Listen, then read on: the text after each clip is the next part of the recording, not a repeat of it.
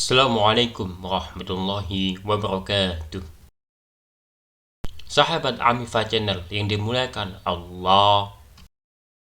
Setiap tanggal 27 Rajab, umat Islam memperingati Isra Miraj, yaitu perjalanan Rasulullah Shallallahu Alaihi Wasallam dan Malaikat Jibril dari Masjidil Haram Mekah menuju Masjidil Aqsa di Baitul Maqdis, Palestina, kemudian melanjutkan menuju langit Sidratul Muntaha. Peristiwa Isra ini terdokumentasi dalam surat Al-Isra ayat 1. Allah Subhanahu wa taala berfirman, Subhanalladzi asra biyadihi lailan minal masjidil harami ilal masjidil aqsa alladzi barakna haula linuriyahu min ayatina innahu huwas sami'ul basir. Maha suci Allah yang telah memperjalankan hambanya Muhammad pada malam hari dari Masjidil Haram ke Masjidil Aqsa yang telah kami berkahi sekelilingnya agar kami memperlihatkan kepadanya berbagai tanda-tanda kebesaran kami. Sesungguhnya Dia Maha mendengar dan Maha melihat. Tafsir Kementerian Agama menerangkan dalam ayat ini Allah menyatakan kemahasuciannya dengan firman Subhanallah, agar manusia mengakui kesuciannya dari sifat-sifat yang tidak layak dan meyakini sifat-sifat keagungannya yang tiada tara. Ungkapan itu juga sebagai pernyataan tentang sifat kebesarannya yang telah memperjalankan hambanya pada suatu malam dengan perjalanan yang sangat cepat. Allah melalui firman-Nya dengan subhana dalam ayat ini dan berbagai ayat yang lain sebagai pertanda bahwa ayat itu mengandung peristiwa luar biasa. Dari kata asra dapat dipahami bahwa Isra Nabi Muhammad SAW terjadi di waktu malam hari. Karena kata asra dalam bahasa Arab berarti perjalanan di malam hari, penyebutan lailan dengan bentuk isim nakirah,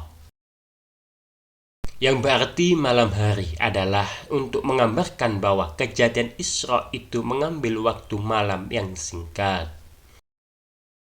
Dan juga untuk menguatkan pengertian bahwa peristiwa Isra itu memang benar-benar terjadi di malam hari.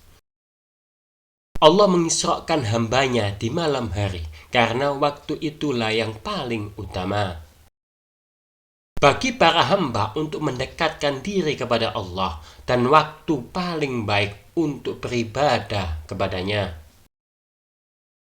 Perkataan abdi dalam ayat ini maksudnya adalah Nabi Muhammad SAW yang telah terpilih sebagai Nabi yang terakhir. Beliau telah mendapatkan perintah untuk melakukan perjalanan malam sebagai penghormatan kepadanya. Dalam ayat ini tidak diterangkan waktunya secara pasti, baik waktu keberangkatan maupun kepulangan.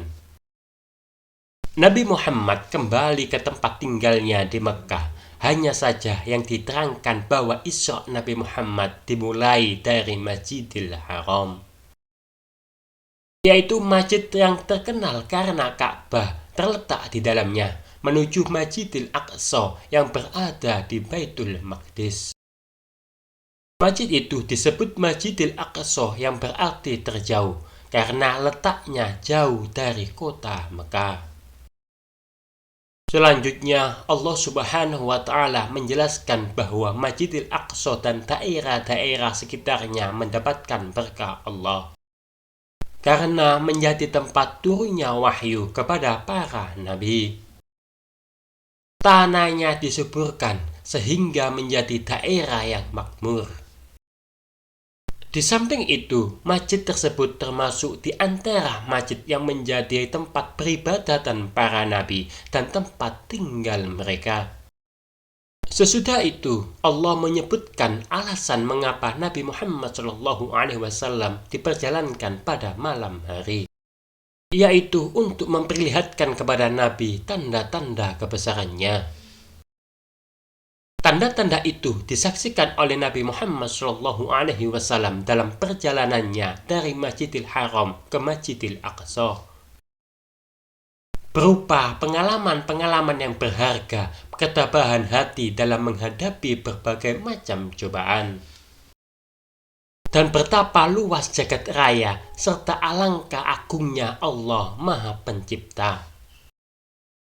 Pengalaman-pengalaman baru yang disaksikan Nabi Muhammad sangat berguna untuk menetapkan hati beliau menghadapi rintangan dari kaumnya dan meyakini kebenaran wahyu Allah, baik yang telah diterima maupun yang akan diterimanya.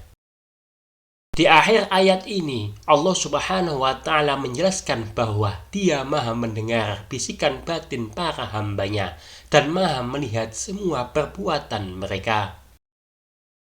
Tak ada detak jantung ataupun gerakan tubuh dari seluruh makhluk yang ada di antara langit dan bumi ini yang lepas dari pengamatannya. Ayat ini menyebutkan terjadinya peristiwa Isra, yaitu perjalanan Nabi Muhammad SAW dari Masjidil Haram ke Masjidil Aqsa di waktu malam. Sedangkan peristiwa Mi'raj, yaitu naiknya Nabi Muhammad dari Masjidil Aqsa ke Sidratul Muntaha, tidak diisyaratkan oleh ayat ini, tetapi diisyaratkan oleh surat An-Najm. Ahli bahasa berpendapat bahwa kata Sara dan Asra merupakan dua kata yang sama yang dapat bermakna perjalanan. Dalam Al-Quran, kata Syara ini hanya dapat ditemukan dalam satu tempat, yakni pada surat Al-Isra ayat pertama. Imam Az-Zamakhsyari berpendapat bahwa kata Asra itu secara otomatis mengandung makna di malam hari. Jadi makna yang kemudian hadir melalui redaksi kata Asra adalah perjalanan di malam hari. Berarti kata Asra itu mengimplikasikan sebuah perjalanan yang dilakukan oleh seseorang pada malam hari. Orang yang dimaksud adalah Nabi Muhammad SAW. Pertanyaannya, bagaimana makna kata lain yang jatuh setelah kata Asra?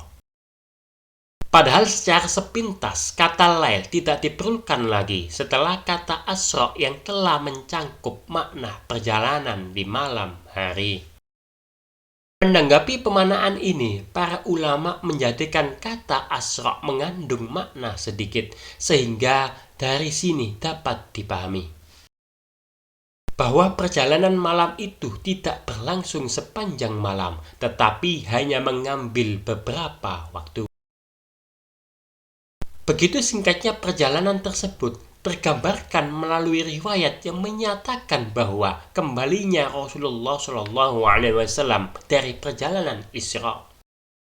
Ia masih menemukan kehangatan di tempat tidur beliau. Sedikit berbeda dengan Az-Zamakhsyari, baginya kata lail terletak di belakang redaksi kata asra hanyalah sebagai bentuk pengingkaran. Penolakan terhadap kebiasaan perjalanan dari Mekah ke Syam itu membutuhkan waktu selama 40 malam. Tidak jauh beda dengan pendahulunya, Quraisy juga berargumen bahwa kata asra itu bermakna perjalanan pada malam hari.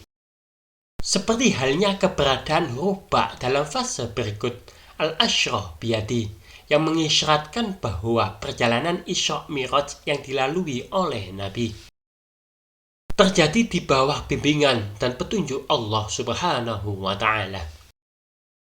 Melalui fase tersebut juga mengandung makna bahwa Nabi Muhammad SAW bukan saja diisrakan lalu kemudian dilepas begitu saja. Tetapi Isra yang dilakukan Nabi itu berada dalam bimbingan Allah secara terus-menerus, bahkan disertai olehnya. Atas dasar itu, narasi ayat tersebut mengingatkan semua manusia bahwa peristiwa Isra Mi'raj tidak bisa diukur berdasarkan kemampuan makhluk. Karena peristiwa itu terjadi murni karena kehendak Allah Subhanahu wa Ta'ala.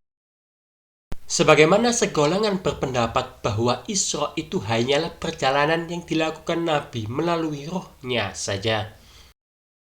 Di antara alasan yang ditemukan oleh golongan ini adalah pendapat Muawiyah. Sedangkan Aisyah menyatakan bahwa Nabi berisra dengan rohnya. Laman tafsir Al-Quran menyimpulkan bahwa kata asra tidak hanya bermakna perjalanan, namun lebih kepada perjalanan pada malam hari, dan hal ini tentu berbeda dengan kata-kata seperti syafar, zanab, dan rihlah. Wallahu a'lam.